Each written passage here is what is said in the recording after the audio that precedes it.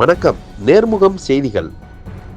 மகரஜோதி தரிசனத்திற்காக இருமுடி கட்டி ஐயப்பன் சபரி யாத்திரை புறப்பட்டு சென்ற பக்தர்கள். ராமநாதபுரம் மாவட்டம் கீழக்கரை தட்டான்தோப்பு தெருவில் பிரசித்தி பெற்ற நாராயணசுவாமி பத்ரகாளி அம்மன் கோயில் உள்ளது. இங்கு மாமலை மகரஜோதி ஐயப்ப பக்தர்கள் யாத்திரை குழுவின் சார்பில் சுவாமி தரிசனம் செய்வதற்காக இருமுடி கட்டும் நிகழ்ச்சி நடந்தது. குருசாமி மனோகரன் என்ற ஜெயமாரி தலைமையில் வெகு சிறப்பாக நடந்தது. தற்போது 50 ஆண்டாக நடந்து வரும் இவ்விழாவில் பொதுமக்கள் மற்றும் 1000க்கும் மேற்பட்ட ஐயப்ப பக்தர்களுக்கு அறுசுவை அன்னதானம் வழங்கப்பட்டது.